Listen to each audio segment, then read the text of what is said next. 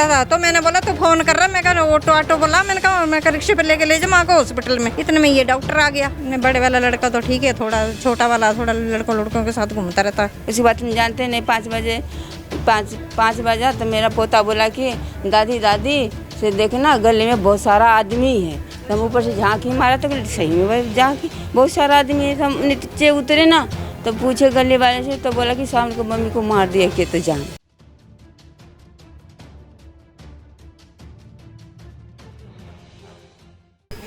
पहले मां का बेरहमी से कत्ल किया और फिर पुलिस को कॉल करके गुमराह करने की कोशिश की गई। ये हैरानी वाला मामला कहां से सामने आया? आखिर कौन सा ये कलयुगी बेटा है जिसने अपनी ही मां को मौत के घाट उतार दिया?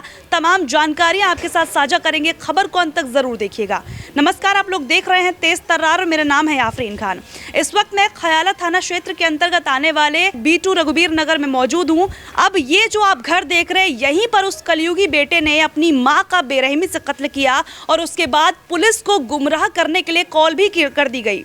आखिर उसके बाद क्या हुआ वो जानकारियां भी आपके साथ साझा करेंगे। फिलहाल कुछ तस्वीरें आपको दिखाते हैं, जिन तस्वीरों के जरिए आप समझ सकेंगे कि इस बेटे ने आखिर ये पूरा जो प्रकरण रचा, इसके पीछे की वजह क्या थी। अभी जो तस्वीरें आप स्क्रीन पर देख रहे हैं, आप देख रहे हैं कि पुलिस कार्रवाई क्या की जा रही थी। हमारे यहाँ पर पहुँचने पर हमने पाया कि पुलिस की जो टीम है वो यहाँ पर है और आरोपी को गिरफ्तार करके यहाँ से पुलिस के द्वारा ले जाया गया है। अब जो बातें मैं आपको बताने वाली हूँ वो शायद आपको बेहद ही हैरान करेंगी। ये वही घर बताया जा रहा है, ये ग्राउंड फ्लोर वही बताया जा रहा है जहाँ पर ये 3 लोग रहते थे, एक माँ और इनके 2 बेटे। बड़ा बेटा अकाउंटेंट बताया जा रहा है जिसका नाम कपिल बताया जा रहा है और छोटा बेटा टेम्पो चालक था जिसका नाम सावन बताया जा रहा है। मां का नाम सुलोचना बताया गया, जिनकी उम्र तकरीबन 50 से 55 वर्ष बताई गई।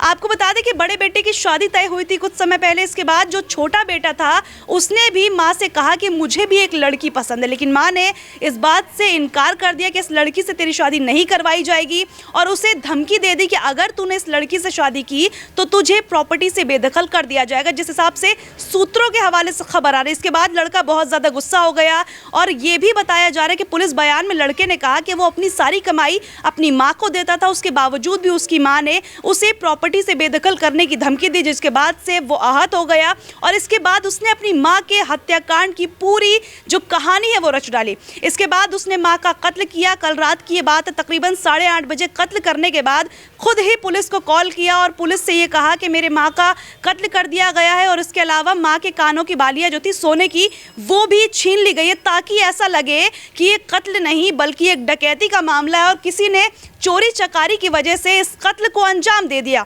अब जैसे ही पुलिस यहाँ पर पहुँचती है, पुलिस को शक होता है क्योंकि 3 ही लोग यहाँ पर रहते, पूछताछ की जाती है और पूछताछ में ये जो छोटा वाला बेटा है जिसका नाम सावन बताया जा रहा है, इस पर थोड़ा सा संदेह पुलिस को होता है। जब पुलिस इससे क्रॉस चेक करती है तो फिर थोड़ी देर के बाद ये खुद कबूल कर लेता है कि इसने ही अपनी माँ का कत्ल किया है और वजह जो मैंने आपको अभी बताई यही वजह है जिसकी वजह से इसने अपनी माँ का कत्ल किया। एक बार फिर से आपको कुछ विजुअल्स दिखाते जो हमने यहाँ से इकट्ठा किए हैं।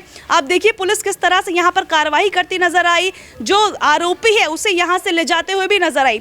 शुरुआती जांच में यही मामला सामने आ रहा है, लेकिन कहीं ना कहीं आपको बता दें इससे पहले नेपसराय थाना क्षेत्र से मामला सामने आया था, जहां पर एक बेटे ने न सिर्फ अपनी मां का, अपने पिता का बल्कि अपनी बहन तक का कत्ल कर दिया। और कत्ल की वजह क्या थी? यही बेइज्जती। उसे लगा था, उस बेटे को लगा था कि उसके पिता उससे प्यार नहीं करते, उसकी बहन से ज़्यादा प्यार करते हैं और उसकी जो है इंसल्ट करते, इस वजह से उसने अपने पूरे परिवार को ही ख़त्म कर दिया। और उसने भी कुछ इसी तरह का प्रकरण रचा था, खुद पुलिस को कॉल किया और कहा कि मैं मॉर्निंग वॉक करने गया था और मेरे पीछे से मेरे पूरे परिवार का कत्ल कर दिया गया। अब इतनी जल्दी ये दूसरा मामला सामने आया, कहीं ना कहीं ये बेहद हैरानी वाला है। और ये आप देखिए कि किस तरह से लोग जो है अपराध की तरफ बढ़ रहे हैं और आप अंदाज़ा लगाइए कि आखिर कोई भी व्यक्ति इतना क्रूर कैसे हो सकता है कि अपने आप को जन्म देने वाली, यानी कि जो हमें जन्म देती है उस माँ की जिसकी हमें दिन रात पूजा करनी चाहिए, उनका कत्ल कर दिया। देखती हूँ, मुझे तो कुछ पता नहीं, मैं तो अपने अंदर रहती हूँ। कितने बजे आपने ये शोर शराबा सुना है कि यहाँ पर कोई कत्ल ही नहीं हुआ? कुछ भी कोई शोर शराबा ही नहीं हुआ।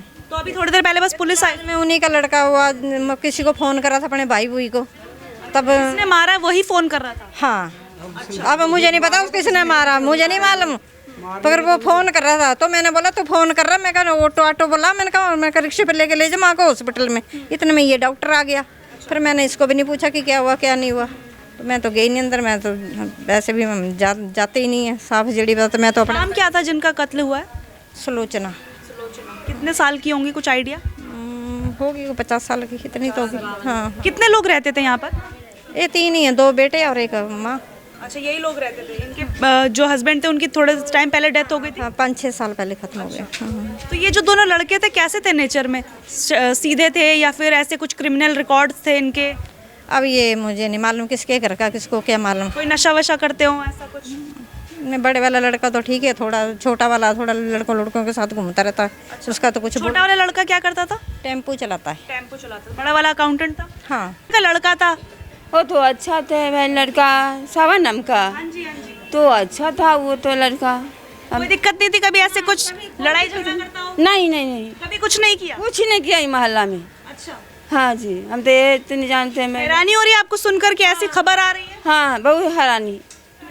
मैं तो विश्वास नहीं होता मेरे, कैसे कर सकता है पहली ये। बार आपकी बात हुई थी कभी तो उन्होंने बताया? 3 बजे नहीं, 3 बजे कल बात हुई है हमारी सावन मम्मी से, वहाँ बैठी हुई थी सावन मम्मी। हम ऊपर से उतरे, हम B3 जा रहे थे। सावन मम्मी बोले कि रवि की मम्मी से बहुत बिजी में हो तुम, से आओ ना, बातचीत नहीं हो रहा है हमसे, आपसे देखते नहीं है आपको, खाली ऊपर में रहते हो। हम कहले हाँ सावन मम्मी, हमको तो जानबे ही करते हो, हम तो ऊपर में रहते, ज़्यादा करके गली में तो रहते ही नहीं। घर में कोई परेशानी चल रही है? कुछ ना कोई परेशानी, कुछ नहीं बताया।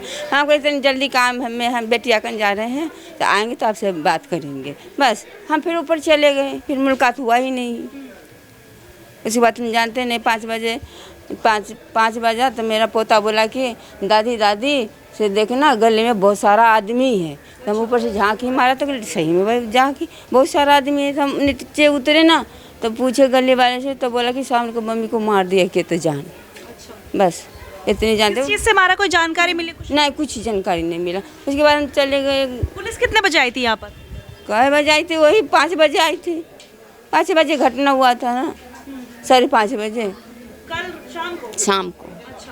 तो उसके बाद हम चले गए वहाँ देखने के लिए गोरू गोविंद। तो सावन उबन रो रहे थे वो खूब। उसको हम समझाए भी कि मत रो बेटा, ऐसे क्यों रो रहा है। नॉर्मल बिहेव कर रहा था वो जब उसने बताया कि मम्मी का मर्डर हो गया है? ऐसा लगा नहीं देख करके उसी ने किया है? नहीं, नहीं लगा। नहीं, हम तो वहाँ मिला था सावन से, गोरू गोविंद ने। तो मेरा नहीं सा लगा कि ये ऐसे किया है। ये रो रहा था बहुत ज़्यादा।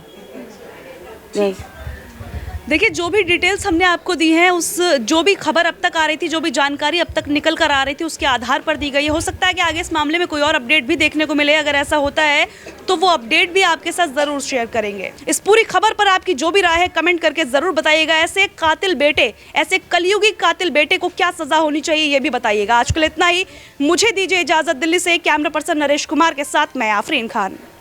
अगर आपको हमारी ये वीडियो पसंद आई हो तो इसे लाइक एंड शेयर करना बिल्कुल भी ना भूलें। इसके साथ ही हमारे चैनल तेज तरार को जरूर सब्सक्राइब करें और हाँ, बेल आइकन को दबाना बिल्कुल भी मत भूलिएगा, जिससे दिल्ली से जुड़ी तमाम खबरों की नोटिफिकेशन सबसे पहले आप तक पहुंचे।